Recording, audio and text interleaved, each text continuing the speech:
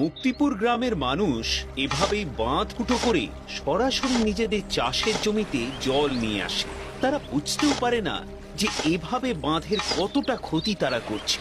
কিন্তু নদী থেকে জল নিতে ও স্নান করতে আসা দুই বোন মালতী ও চামেলি সব দেখে। দেখলি দিদি, দেখলি? দেখলাম।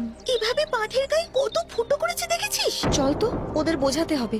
আগেও তো বুঝিয়েছি, কিন্তু ওরা তো কোনো কথাই শোনে না। তবু চেষ্টা তো করতেই হবে, নইলে বর্ষা আসলে সবাই বিপদে পড়বে। চল।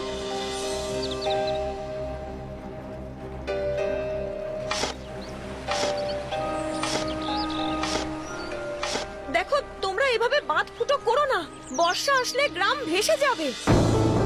ও তোরা আবার এসেছিস। আচ্ছা শোন, চাষ করতে না পারলে খাবি কি? হ্যাঁ, ঠিক আছে, চাষ করো, কিন্তু খেটে খাল কেটে জল আনো, এভাবে বাঁধ ফুটো করে নয়। আরে যা, আমাদের কাজ করতে দে। চাষিরা দুই বোনের কথায় পাত্তাই দেয় না, তারা নিজেদের কাজে চলে যায়। আর দুই বোন দুজনের মুখের দিকে হতাশ হয়ে তাকায়। বাড়ি ফিরে তারা তাদের বাবা মাকে জানায়। বুঝতে পারছো তো বাবা, বর্ষা আসলে গ্রামের কত ক্ষতি হবে। চলো আমরা এই গ্রাম ছেড়ে পালাই। না না না, এ আমার বাপের ভিটে, এ বাড়ি ছেড়ে আমি কোথাও যাব না। আমার এখানে জন্ম, আমি এখানেই থাকবো।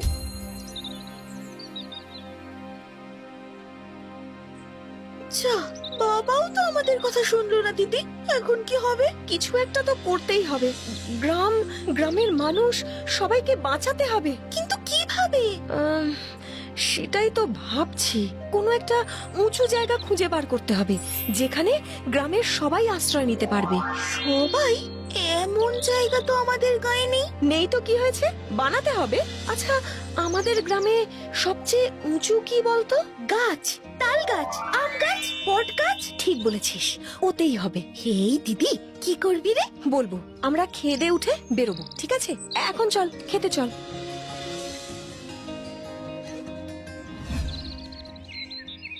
বুঝলি তো বোন, বড় বড় দড়ি জোগাড় করতে হবে। ওমা, দড়ি দিয়ে কি করবি? বাঁধতে হবে। কি সব বলছিস দিদি? এই, তুই গাছে উঠতে পারবি তো? হ্যাঁ, সে তো পারবো। বেশ, চল তাহলে মেটে পাড়ার দোকান থেকে দড়ি নিয়ে আসি। অনেক কাজ রয়েছে, চল চল চল, তাড়াতাড়ি চল।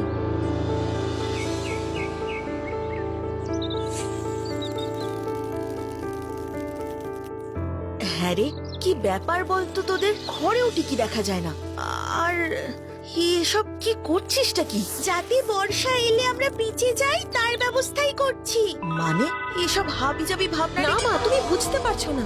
বাবা যখন এই গ্রামেই থাকবে, তখন আমাদের বাঁচার রাস্তা তো একটা বের করতেই হবে। যা খুশি কর তোরা। নে বোন,